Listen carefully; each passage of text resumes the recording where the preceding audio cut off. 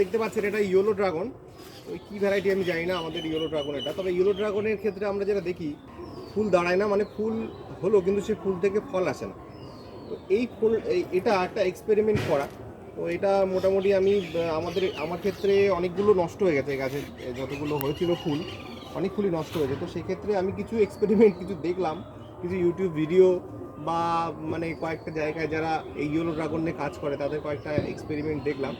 সেখানে ওরা একটা জিনিস বললো, সেটা হচ্ছে এই ইয়েলো ড্রাগনে যখন ফুল আসবে, ফুলের পলিনেশনটা, হ্যান্ড পলিনেশনটা করতে হবে রেড ড্রাগনের সাথে। আমাদের যে দেখবেন এটা হচ্ছে মরক্কন রেড, যেটা নর্মাল, যেটা রেড ড্রাগন ভ্যারাইটি।